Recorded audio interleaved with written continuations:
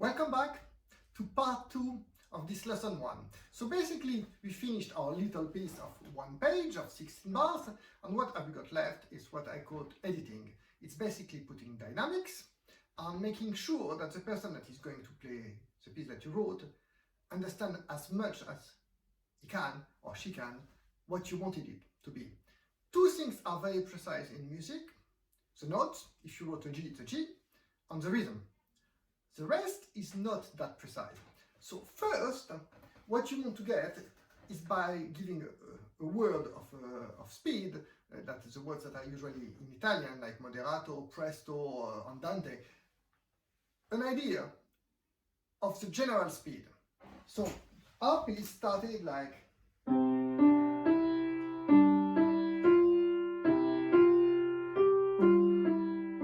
if you remember the lesson 1. And for me, that is a moderato speed. It's not very fast, it's not very slow, it's not slow, it's in the middle. But these days, or actually for the past 2 centuries, we've got a metronome. And it's good to try to find what speed it is. So let's say that, for example, we put it at 90. And what do we get? We get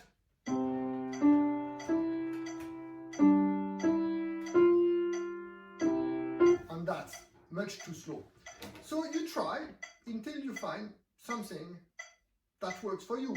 So in this case, if I want 240, and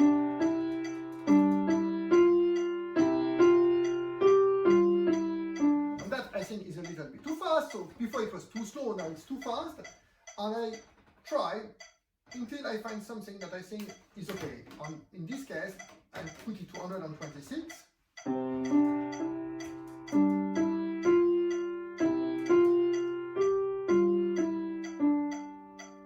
And to me, it sounds okay. So what do? I put on the score, you can look, moderato, which is the speed, and then 126, which is more precise, so that you know that I want it sort of not very fast, but that's precision.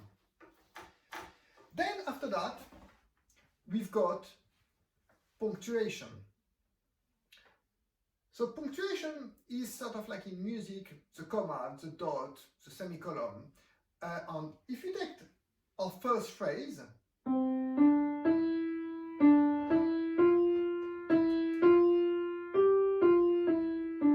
for me, it sounds like comma, comma,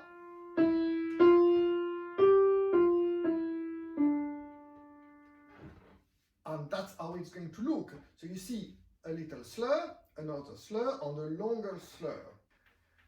What indicates a new phrase when you play, actually more than compose, is that the first note of the new phrase can never be as loud or as soft as the previous one. It has to be a little bit different, but that you don't need to write on the score, because it's just a tiny bit more or a tiny bit less, unless it needs to be completely different. So we had the first line that was comma, comma, and for me the second line hasn't got comma, it's a long phrase.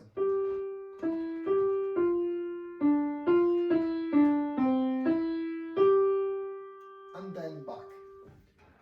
And we are going to have the same in the last line. The third line will be like the first line. Like on the third line, the fourth line will be again a full phrase.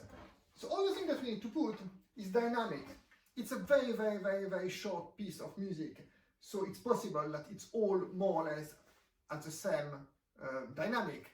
If you wrote a real composition that is long, that is 2, 3, 5, 10 minutes, unless you want complete boredom, it's not going to stay the same for that length, because it's going to be pages and pages and pages of music. But let's say, again, in this piece, for me, the speed is moderate, and so is the dynamic. So I start with mezzo forte, which is a middle dynamic.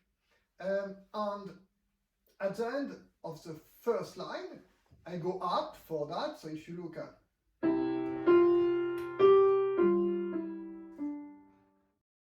And for me, the second line can have a crescendo, so that the second line ends big, and then you restart the third line a bit softer. So you got a, and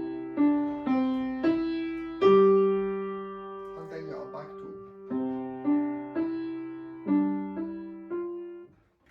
And the last line, what it can have is that for me it's the end of the piece and it ends really quietly, so you need to